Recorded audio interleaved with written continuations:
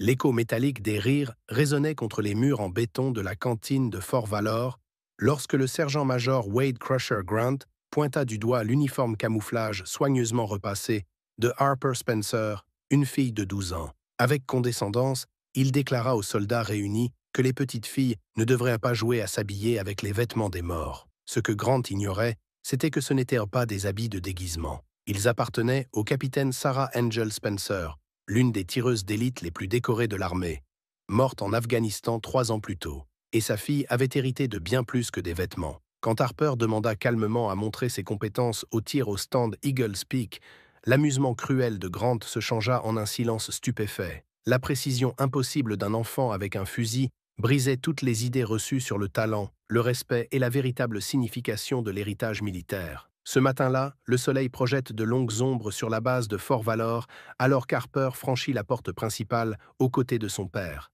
Ryan. À 12 ans, elle portait une allure calme et mature, ses cheveux noirs attachés en chignon réglementaire sous une casquette. Son uniforme camouflage numérique était impeccable, chaque pli parfaitement marqué, chaque bouton brillant comme un miroir. Ryan, 38 ans, portait l'uniforme de concierge de la base. Ancien ranger, son regard fatigué témoignait des épreuves qu'il avait traversées. Il regarda sa fille avec fierté, mêlée d'inquiétude. « Souviens-toi de ce dont on a parlé », murmura-t-il. « Certaines personnes ne comprendront pas pourquoi tu portes ça. » Harper toucha instinctivement le bandeau cousu au-dessus de sa poche droite.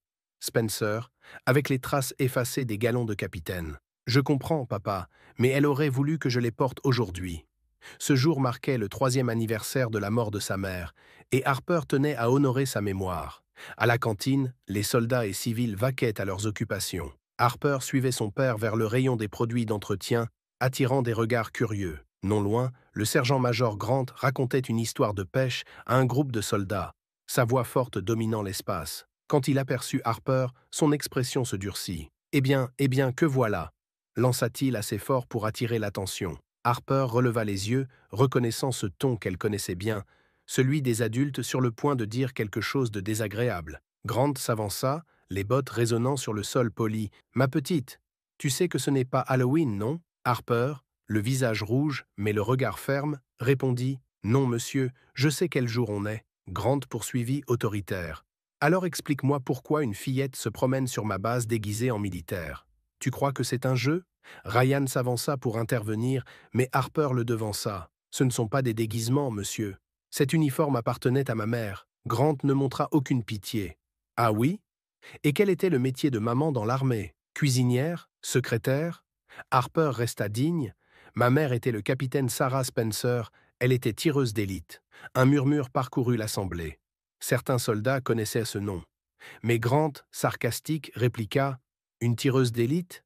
Elle a sauvé le monde toute seule, j'imagine. » Ryan intervint, calme mais ferme. « Sergent-major, je crois qu'il y a un malentendu. » Grant, méprisant, répondit « Pas du tout.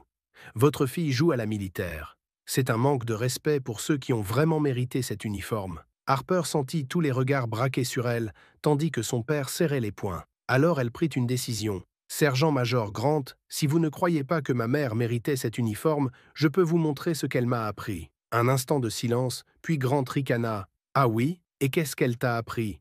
À cirer les bottes? Faire ton lit comme à l'hôpital ?» Harper répondit simplement. « Elle m'a appris à tirer. » La déclaration fut faite sans fanfaronnade ni drame artificiel, juste une simple reconnaissance d'un fait qui, d'une manière ou d'une autre, avait plus de poids que n'importe quelle mise en scène théâtrale. Grant la fixa plusieurs secondes, essayant clairement de savoir si elle était sérieuse ou si elle tentait simplement d'éviter sa critique par des propos absurdes. « Tu es en train de me dire, dit Grant lentement, qu'une fille de 12 ans pense qu'elle peut tirer mieux que des soldats entraînés? Je ne te dis pas ce que je pense, » corrigea Harper avec une précision qui montrait une attention particulière au langage. « Je propose de te montrer ce que ma mère m'a appris, si tu veux bien voir. » Ryan Spencer sentit son cœur se serrer en reconnaissant à la fois le courage et le danger de ce défi lancé par sa fille.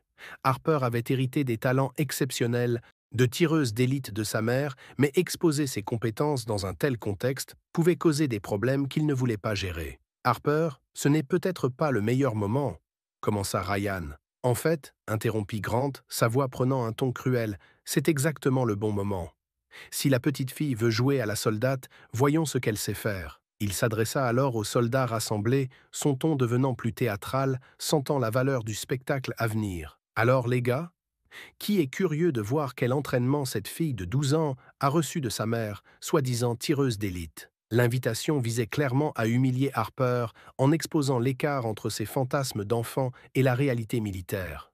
Mais Grant avait mal calculé les capacités réelles d'Harper et les conséquences possibles de son défi public. Le soldat Graham semblait mal à l'aise, tandis que le caporal Morgan paraissait partagé entre la loyauté envers son supérieur et un malaise croissant. Le champ de tir Eagles Peak est ouvert ce matin, continua Grant, sentant l'attention de l'audience grandir. Que diriez-vous d'une petite sortie, pour voir ce que transmettent ces mères soldates à leurs filles? Harper regarda son père, voyant dans son expression le même conflit qui avait marqué leur relation depuis la mort de sa mère.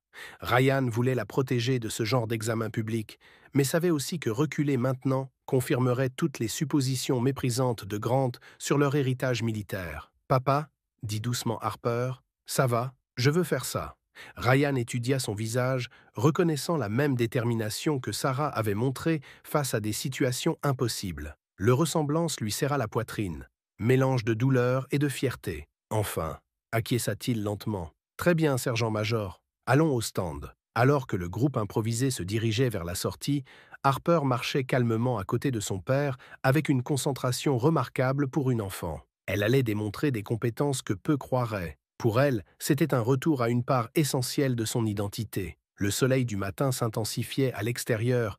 Harper plissa les yeux en s'habituant à la lumière. Dans quelques minutes, elle serait sur le stand d'Eagles Peak, un fusil en main, prête à honorer la mémoire de sa mère de la façon la plus significative. Le rire de Grant résonnait dans le parking, tandis qu'il faisait des pronostics sur l'humiliation qu'il préparait à infliger à la famille Spencer, ignorant qu'il s'apprêtait à vivre une démonstration qui allait remettre en cause tout ce qu'il pensait savoir sur le talent, le respect et la vraie excellence militaire. « Je la connaissais », confirma Price, son expression s'adoucissant légèrement en observant les traits de Harper. « La meilleure tireuse naturelle avec qui j'ai travaillé, capable de placer 3 balles dans le même trou à 600 mètres, même avec un vent latéral qui défierait la plupart des snipers entraînés. » Le regard confiant de Grant vacilla quand le témoignage de Price contredit ses doutes sur le service militaire de Sarah Spencer. « Sergent, je ne savais pas que vous aviez servi avec un tireur d'élite en Afghanistan. » Price répondit d'une voix tranchante qui fit reculer plusieurs soldats sans qu'ils s'en rendent compte. « Le capitaine Spencer m'a sauvé la vie, ainsi qu'à 12 autres Rangers lors d'une embuscade près de Kandahar. Ses compétences et son service n'étaient pas à douter. » Cette confirmation du parcours de Sarah bouleversa le contexte de la confrontation.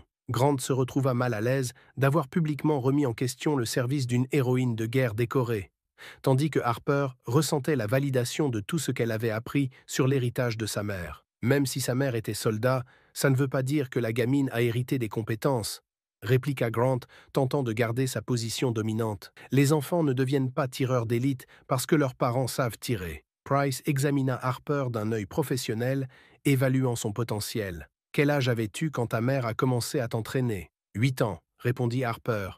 Elle disait que le tir, c'est comme la musique. Plus facile à apprendre jeune, mais il faut pratiquer tous les jours. Quelle est la plus longue distance à laquelle tu as tiré ?» demanda Price, sincèrement intéressé. « 450 mètres, avec le fusil de ma mère, sans lunettes.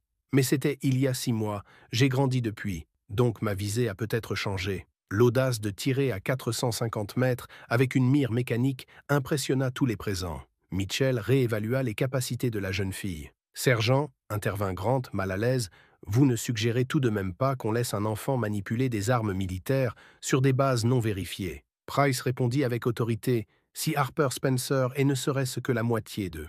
Tireuse que sa mère était, elle a un talent naturel exceptionnel qui mérite respect, pas moquerie. » Face à cette réponse ferme mais respectueuse, Grant dut choisir entre reculer ou envenimer le conflit avec une professionnelle dont la réputation surpassait la sienne. « Très bien, » dit-il, calculant, « voyons ce que la petite peut faire. Mais pas d'excuse si elle se ridiculise avec des armes pour lesquelles elle n'est pas formée. » Mitchell réalisa que la situation dépassait ses protocoles habituels. « Si on fait ça, je devrais vérifier ses connaissances de base en sécurité avant de lui permettre d'utiliser une arme. »« C'est raisonnable, » répondit Harper calmement, montrant une maturité surprenante. « Que voulez-vous que je démontre? Pendant 15 minutes, Mitchell évalua de façon informelle mais complète la connaissance de Harper sur la sécurité, les procédures du stand et les bases du tir. Ses réponses révélaient une expérience pratique bien au-delà de la théorie. Acceptable, conclut Mitchell impressionné.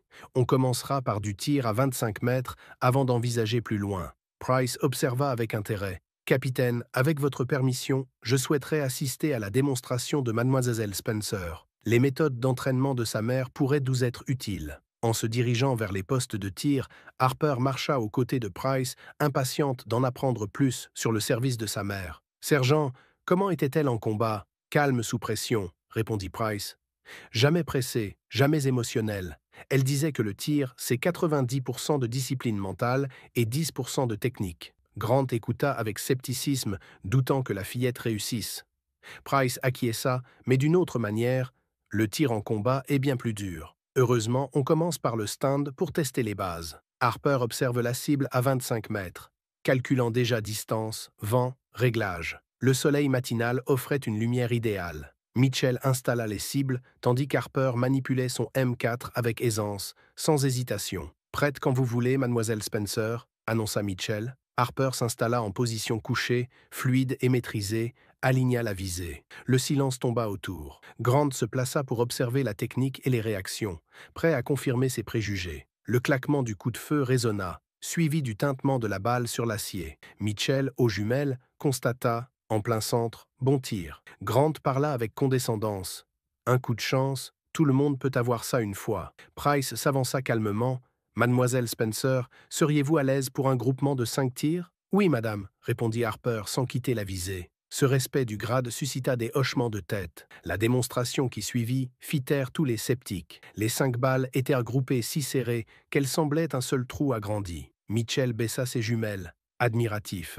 5 tirs en groupe d'environ 2,5 cm à 25 mètres. Tir d'expert. Les soldats présents murmurèrent, surpris. Morgan reconsidérait ses préjugés.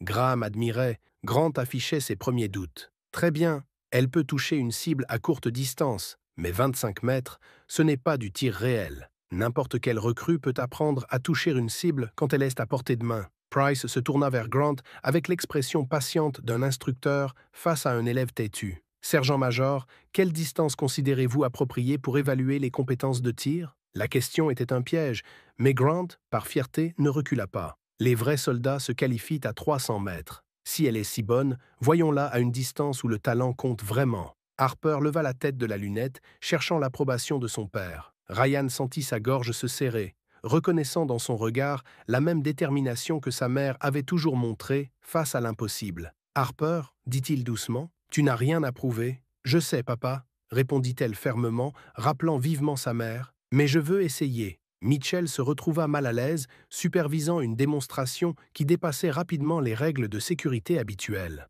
Mademoiselle Spencer, tirer à 300 mètres nécessite un équipement et des procédures spécifiques. Les cibles sont plus petites, les réglages plus complexes, et l'environnement joue un rôle important. « Je comprends », répondit Harper respectueusement. « Ma mère m'a appris l'estimation de distance, la lecture du vent et la compensation balistique. Je voudrais essayer si c'est sûr. » Price, évaluant la performance d'Harper avec rigueur, demanda « Capitaine Mitchell, avec votre permission, j'aimerais installer une cible à 300 mètres pour observer la technique de Mademoiselle Spencer. » Mitchell, malgré ses doutes, accepta. « Très bien, mais nous suivrons strictement les protocoles de sécurité à longue distance, et Mademoiselle Spencer devra démontrer ses compétences en réglage de lunettes et estimation de distance avant de tirer. » En se dirigeant vers la position de tir, Harper marcha près de Price, impatiente d'apprendre de quelqu'un qui avait travaillé avec sa mère. « Sergent, ma mère parlait souvent de vous quand elle m'enseignait à tirer. » Price sourit légèrement. Elle était fière de ton talent naturel,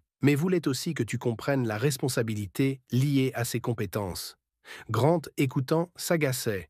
Ce qui devait être une humiliation devenait une preuve du talent exceptionnel de la famille Spencer. Le champ de tir à 300 mètres s'étendait dans un creux naturel, avec des cibles précises et un équipement sophistiqué nécessaire. Mitchell expliqua les défis du tir à longue distance. La chute de balle, la dérive du vent, les erreurs de visée amplifiées. Harper écouta avec attention et posa des questions qui montraient sa compréhension technique. « Quelle est la vitesse estimée du vent ?» demanda-t-elle, observant la végétation. Environ 8 à 11 km/h de gauche à droite, répondit Mitchell. Harper hocha la tête et calcula une correction de 2 minutes à droite. Price échangea un regard avec Mitchell, impressionné par la maîtrise technique d'Harper. « Comment as-tu calculé si vite ?» demanda Mitchell. « Ma mère m'a fait pratiquer les maths balistiques jusqu'à ce que je les maîtrise automatiquement. » Grant, de plus en plus mal à l'aise, pensa que toute cette théorie était impressionnante, mais que le tir dépendait du stress. Harper répondit calmement. La théorie ne sert que si on peut l'appliquer avec constance. Harper prit position avec fluidité, démontrant son entraînement. Le silence s'installa, interrompu seulement par le vent et les oiseaux. La cible paraissait minuscule dans la lunette. Harper régula sa respiration, concentré sur la coordination entre visée, détente et facteurs environnementaux. Mitchell vérifia la sécurité et annonça « Prête quand tu veux ». Après un moment de calme absolu, Harper tira. Le son semblait plus net, plus précis. Mitchell suivit la trajectoire aux jumelles. Centre parfait. Impact à moins d'1 pouce du point visé. Un silence stupéfait suivit. Le soldat Graham regardait Harper comme s'il voyait l'impossible, et le caporal Morgan remettait en question ses préjugés. Grant cherchait désespérément une explication. « Un coup ne prouve rien. N'importe qui peut avoir de la chance, » dit Grant. Price répondit avec autorité. « Sergent-major, ce n'était pas de la chance, mais une compétence exceptionnelle sous conditions contrôlées. Prouvez-le, » s'emporta Grant. « Est-elle si bonne ? Qu'elle recommence. » Harper leva les yeux de la lunette, calme. « Combien de tirs voulez-vous, sergent-major ? » « 5. Si tu es vraiment aussi bonne, répète ça à chaque tir. » Harper s'installa, sûr d'elle. Chaque tir toucha le centre de la cible, formant un groupement serré visible seulement avec des optiques puissantes. Mitchell annonça les résultats avec respect. 5 tirs. Groupement d'environ 5 cm à 300 mètres. Cela ressemblait à un tir de niveau sniper avancé. Un silence pesant suivit. Tous comprenaient qu'une fille de 12 ans venait de surpasser les compétences de nombreux soldats entraînés. Le sergent-major Grant était choqué. Toutes ses idées sur Harper et sa famille venaient de s'effondrer. La colonelle Anne Phillips, alertée par des rapports inhabituels, arriva pendant les derniers tirs de Harper. Elle dirigeait Fort Valor avec expérience et autorité. « Capitaine Mitchell, » dit-elle d'un ton neutre, « on m'a signalé une situation irrégulière. » Mitchell confirma qu'ils observaient une démonstration par Harper, fille du capitaine Sarah Spencer. Phillips reconnut aussitôt le nom Sarah Spencer, décorée, morte au combat. Le sergent-chef Price ajouta que Harper venait de tirer 5 balles à 300 mètres, atteignant les standards d'un sniper expérimenté. Phillips s'adressa alors à Harper. « J'aimerais vous parler en privé. » Le sergent-major Grant intervint, inquiet des règles de sécurité. Phillips lui répondit calmement « Vous avez lancé tout ça sans y réfléchir ?» Il tenta de se justifier, mais elle lui dit qu'ils en reparleraient en plus tard. Dans le bureau, Phillips s'installa et parla doucement à Harper. « C'était remarquable. Ta mère serait fière. » Harper expliqua s'entraîner chaque week-end sur un stand civil selon les standards élevés de sa mère. Être capable d'atteindre une cible humaine à 400 mètres, quelles que soient les conditions. Impressionné par sa maturité, Phillips dit « Ta mère t'a bien préparé. » Ryan, son père, exprima ses inquiétudes. Il ne voulait pas qu'on fasse pression sur Harper, mais Phillips expliqua qu'il existait des programmes de mentorat sans obligation militaire pour développer les talents exceptionnels. Harper demanda, curieuse, quel genre de programme? Entraînement avancé, équipe de tir, spécialité de précision, répondit Phillips. Harper était fasciné, mais Ryan rappela qu'elle estimation de distance avant de tirer. En se dirigeant vers la position de tir, Harper marcha près de Price, impatiente d'apprendre de quelqu'un qui avait travaillé avec sa mère. « Sergent, ma mère parlait souvent de vous quand elle m'enseignait à tirer. » Price sourit légèrement. « Elle était fière de ton talent naturel, mais voulait aussi que tu comprennes la responsabilité liée à ses compétences. » Grant, écoutant, s'agaçait. Ce qui devait être une humiliation devenait une preuve du talent exceptionnel de la famille Spencer. Le champ de tir à 300 mètres s'étendait dans un creux naturel, avec des cibles précises et un équipement sophistiqué nécessaire. Mitchell expliqua les défis du tir à longue distance. La chute de balle, la dérive du vent, les erreurs de visée amplifiées. Harper écouta avec attention et posa des questions qui montraient sa compréhension technique. « Quelle est la vitesse estimée du vent ?» demanda-t-elle, observant la végétation. « Environ 8 à 11 km/h de gauche à droite, » répondit Mitchell. Harper hocha la tête et calcula une correction de 2 minutes à droite. Price échangea un regard avec Mitchell, impressionné par la maîtrise technique d'Harper. Comment as-tu calculé si vite? Demanda Mitchell. Ma mère m'a fait pratiquer les maths balistiques jusqu'à ce que je les maîtrise automatiquement. Grant, de plus en plus mal à l'aise, pensa que toute cette théorie était impressionnante, mais que le tir dépendait du stress. Harper répondit calmement. La théorie ne sert que si on peut l'appliquer avec constance. Harper prit position avec fluidité, démontrant son entraînement. Le silence s'installa, interrompu seulement par le vent et les oiseaux. La cible paraissait minuscule dans la lunette. Harper régula sa respiration, concentré sur la coordination entre visée, détente et facteurs environnementaux. Mitchell vérifia la sécurité et annonça « Prête quand tu veux ». Après un moment de calme absolu, Harper tira. Le son semblait plus net, plus précis. Mitchell suivit la trajectoire aux jumelles. Centre parfait. Impact à moins d'1 pouce du point visé. Un silence stupéfait suivit. Le soldat Graham regardait Harper comme s'il voyait l'impossible, et le caporal Morgan remettait en question ses préjugés. Grant cherchait désespérément une explication. « Un coup ne prouve rien. N'importe qui peut avoir de la chance, » dit Grant. Price répondit avec autorité. « Sergent-major, ce n'était pas de la chance, mais une compétence exceptionnelle sous conditions contrôlées. Prouvez-le, » s'emporta Grant. « Est-elle si bonne? Qu'elle recommence. » Harper leva les yeux de la lunette, calme. « Combien de tirs voulez-vous, sergent-major? » « 5. Si tu es vraiment aussi bonne, répète ça à chaque tir. » Harper s'installa, sûr d'elle. Chaque tir toucha le centre de la cible, formant un groupement serré visible seulement avec des optiques puissantes. Mitchell annonça les résultats avec respect. 5 tirs. Groupement d'environ 5 cm à 300 mètres.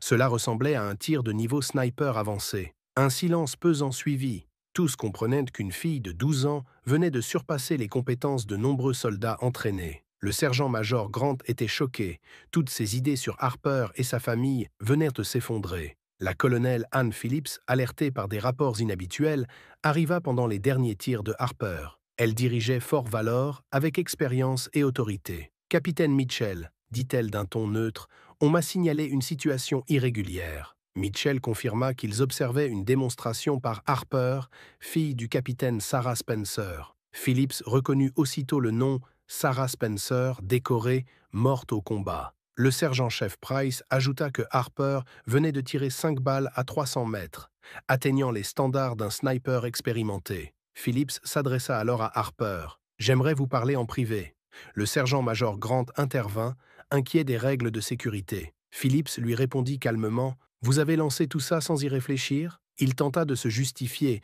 mais elle lui dit qu'ils en reparleraient en plus tard. Dans le bureau, Phillips s'installa et parla doucement à Harper. « C'était remarquable. Ta mère serait fière. » Harper expliqua s'entraîner chaque week-end sur un stand civil selon les standards élevés de sa mère. Être capable d'atteindre une cible humaine à 400 mètres, quelles que soient les conditions. Impressionné par sa maturité, Phillips dit « Ta mère t'a bien préparé. » Ryan, son père, exprima ses inquiétudes. Il ne voulait pas qu'on fasse pression sur Harper, mais Phillips expliqua qu'il existait des programmes de mentorat sans obligation militaire pour développer les talents exceptionnels. Harper demanda, curieuse, quel genre de programme? Entraînement avancé, équipe de tir, spécialité de précision, répondit Phillips. Harper était fasciné, mais Ryan rappela qu'elle n'avait que 12 ans. Phillips le rassura. Ce serait un accompagnement, pas un engagement. Soudain, un sergent entra. Le général Bailey arrive pour une inspection surprise. Phillips comprit que la journée prenait une autre tournure. L'armée entière allait bientôt s'intéresser au talent d'Harper.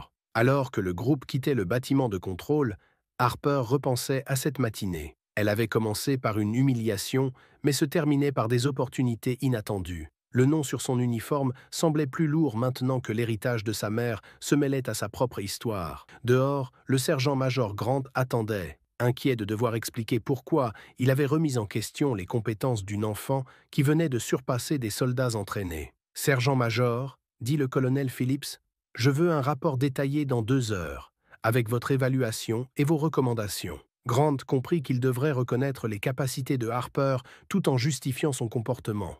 Pendant que tous se dispersaient pour préparer l'arrivée surprise du lieutenant-général Bailey, Harper marchait avec son père. « Tu crois que maman aurait été fière ?» demanda-t-elle. Ryan répondit doucement. « Elle pensait que les dons viennent avec des responsabilités. Aujourd'hui, tu l'as honorée. » L'après-midi, des rumeurs sur la performance de Harper circulaient sur la base. Puis, le bruit des hélicoptères annonça l'arrivée anticipée du général Bailey. Elle descendit avec autorité. « Colonel Phillips, j'ai reçu des rapports très inhabituels. Je dois enquêter immédiatement. » Phillips comprit que quelque chose de sérieux se jouait. Une civile de 12 ans, avec des talents de tireur d'élite, avait attiré l'attention du Pentagone. En route vers le QG, Bailey demanda « Que savez-vous de la famille Spencer ?» Phillips répondit « Le père travaille ici. Sa fille vit sur la base depuis la mort de sa mère, le capitaine Sarah Spencer. » Les détails précis donnés par Bailey montraient qu'elle avait enquêté bien avant sa visite. Une fois arrivés au quartier général, le major Powell les accueillit avec un dossier sur la séance de tir. Mais Bailey voulut d'abord parler directement avec Harper et son père. Powell s'exécuta. En privé, Phillips demanda « Général, pourquoi le Pentagone s'intéresse-t-il autant à cela ?» Bailey répondit « L'armée mène une étude secrète sur les talents naturels. Une enfant capable de tirer avec autant de précision est un atout stratégique. Nous devons l'évaluer sérieusement. » Alors que la famille Spencer approchait, Bailey demanda les dossiers de tout le personnel impliqué. Une enquête plus vaste venait de commencer, bien au-delà d'une simple séance d'entraînement. L'expression de Margaret révélait la douleur de ses choix. S'absenter des moments clés de la vie de sa famille pour protéger des missions secrètes. « Je sais, ma chérie, » dit-elle à Harper. « C'était nécessaire pour te protéger. » Ryan, le père d'Harper, observait cette réunion avec des sentiments mêlés. La joie de voir sa fille retrouver sa grand-mère, mais aussi de la colère pour les années de silence. Harper avait besoin de soutien après la mort de sa mère. Elle devait savoir qu'elle n'était pas seule. Margaret répondit calmement « Mon absence a été le choix le plus difficile de ma vie. Mais si j'étais restée, elle aurait été en danger. » Le lieutenant-général Bailey ajouta « Les missions du chef Spencer impliquaient des opérations sensibles. Être proche de sa famille aurait pu mettre tout le monde en danger. » Harper écoutait attentivement, observant le visage de sa grand-mère. « Tu savais que maman m'entraînait et que j'ai été blessée ?» Margaret sourit avec fierté. « Je te suis depuis que tu as touché ton premier fusil. Tu es même plus doué que ta mère. » Ce suivi à distance réconfortait Harper, mais soulevait aussi des questions sur la frontière entre amour familial et surveillance militaire. Elle comprit que ses entraînements du week-end avaient été discrètement observés. Le colonel Phillips proposa « Une salle privée vous attend si vous voulez poursuivre cette réunion. » Margaret hocha la tête. « Merci, colonel, mais j'aimerais d'abord voir Harper tirer de mes propres yeux. » Cela surprit tout le monde.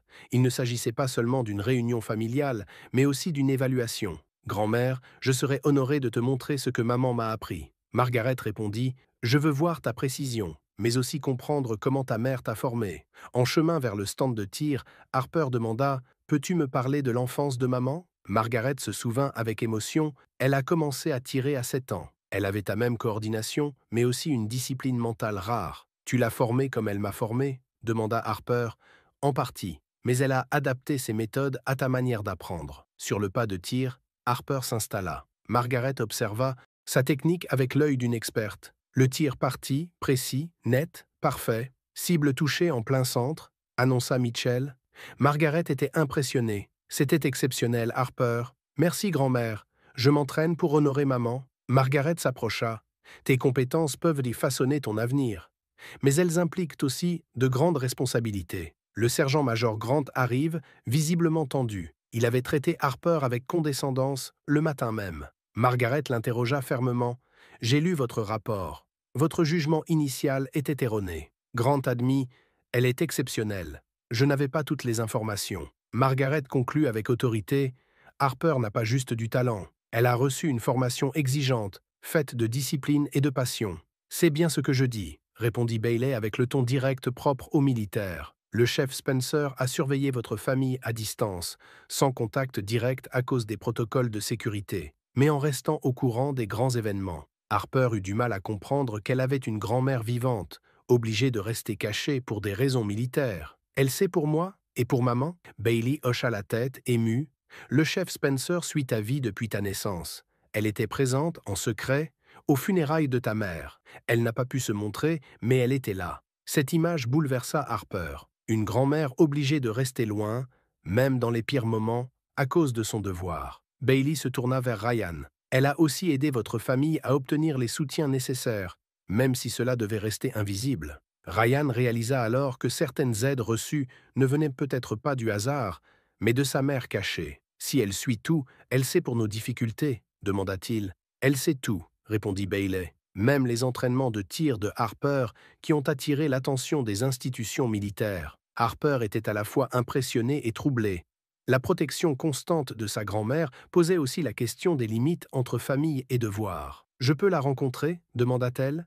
« Elle est en route vers Fort Valor » dit Bailey. « Elle a obtenu l'autorisation de sortir de sa couverture rien que pour toi. » Harper sentit un mélange d'excitation et d'anxiété. Une rencontre familiale après des années de silence n'était jamais simple. « Quand arrive-t-elle » demanda Ryan. « Dans moins d'une heure. Son hélicoptère sera là dans 30 minutes. » Un officier entra. Un hélicoptère du Pentagone approchait. L'émotion montait. « Harper, » dit Bailey, « je veux que tu saches que ta grand-mère a fait ses choix pour servir son pays, pas par manque d'amour. »« Est-ce qu'elle pourra parler de ce qu'elle faisait » demanda Ryan. « En partie. Elle travaille sur des programmes où les talents de Harper pourraient être utiles. Votre rencontre sera personnelle, mais aussi professionnelle. » Cela ajoutait du poids à l'événement. Harper n'avait jamais imaginé que ses compétences militaires puissent créer un lien familial aussi fort. « Je veux qu'elle la voie, » dit Ryan. « Mais je crains que ce mélange famille-évaluation soit trop pour Harper. Elle vient d'abord en tant que grand-mère. Le reste est secondaire, » assura Bailey. Ils sortirent vers la zone d'atterrissage. Harper toucha le nom sur son uniforme avec une nouvelle fierté. Elle faisait partie d'une lignée de service. Le soleil baissait, l'hélicoptère approchait. À côté de son père et du général, Harper sentait son cœur battre fort. L'appareil atterrit.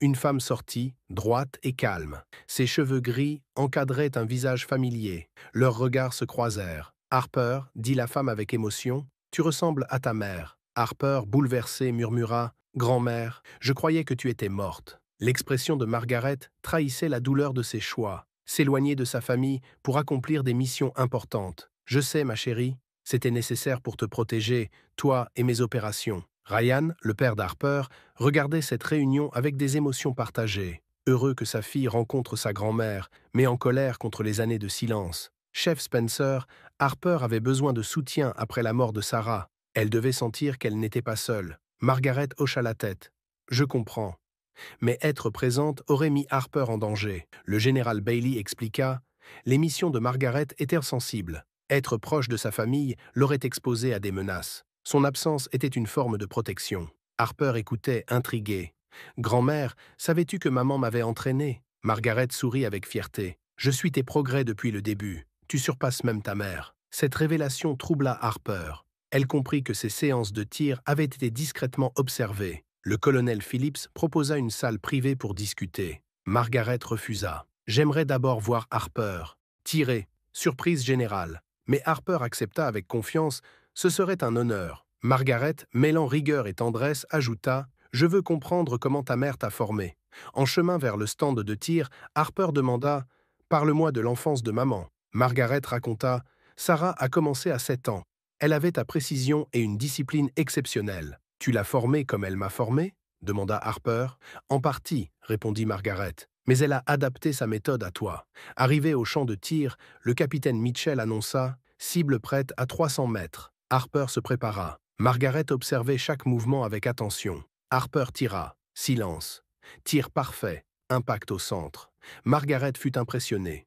Harper, c'était exceptionnel. Harper répondit fièrement « Je veux honorer maman. » Margaret la regarda avec tendresse. « Tes compétences sont rares. Elles t'ouvrent des portes, mais impliquent aussi des responsabilités. » Le sergent Grant arrive, visiblement nerveux. « Chef Spencer, j'ai mal jugé Harper ce matin. » Margaret répondit calmement « Ses talents ne sont pas dus au hasard. Ils viennent d'un entraînement rigoureux, d'efforts et d'un excellent enseignement. » Grant se sentit mal à l'aise en comprenant que ces remarques moqueuses visaient la petite fille d'une haute responsable du Pentagone, formée dans le domaine qu'il avait tourné en dérision. Ce qui avait commencé comme une simple altercation se transforma en réunion importante déterminant l'avenir de Harper au sein de l'armée. Dans la salle du colonel Phillips, la grand-mère de Harper, Margaret Spencer, était présente avec des officiers supérieurs, dont le général Mark Steele Patterson, venu exprès du Pentagone. Sa présence montrait que l'affaire dépassait une simple évaluation de talent. Il s'agissait maintenant de décisions stratégiques. Patterson, après avoir lu les rapports, déclara « Les capacités de votre petite fille correspondent exactement à ce que nous cherchons à développer. » Harper, entre son père et sa grand-mère, ressentait l'importance de cette réunion. Margaret précisa « Harper est doué, mais son jeune âge nécessite un encadrement adapté ». Le colonel Phillips ajouta que le traitement reçu par Harper posait un problème. Patterson répondit que le sergent-major Grant serait réorienté avec une formation complémentaire sur les relations avec les familles militaires. Le général Ryan Spencer demanda alors quel programme concret était envisagé pour Harper. Patterson présenta des options, formation au tir de précision, équipe de compétition et mentorat avec des instructeurs expérimentés, notamment le sergent Price qui avait connu la mère de Harper. « Elle sait ce que maman aurait voulu pour moi », dit doucement Harper. Margaret confirma « Apprendre avec Price honorera la mémoire de ta mère ». Enfin, la psychologue militaire, docteur, Rogers confirma que Harper montrait une grande maturité émotionnelle et un bon équilibre. Elle comprend la responsabilité liée à ses compétences. Elle ne cherche pas la gloire, mais veut respecter l'héritage familial. Elle recommanda aussi que Harper continue une éducation civile normale afin de préserver une vie sociale équilibrée en dehors du contexte militaire. Le soutien professionnel a rassuré Ryan sur la pression institutionnelle. M. Patterson expliqua que ces programmes compléteraient l'éducation normale de Harper sans engagement militaire à temps plein. Harper déclara avec assurance vouloir suivre ces formations pour honorer la mémoire de sa mère et développer ses capacités. Sa maturité impressionna les évaluateurs. Sa grand-mère l'avertit que ces programmes seraient exigeants, mais Harper répondit être prête. Après une approbation préliminaire, Patterson souligna l'importance de ses talents et les opportunités rares qui s'ouvraient à elle. Harper remercia et promit de ne pas décevoir. Quelques semaines plus tard, une cérémonie à Fort Valor célébra les progrès de Harper.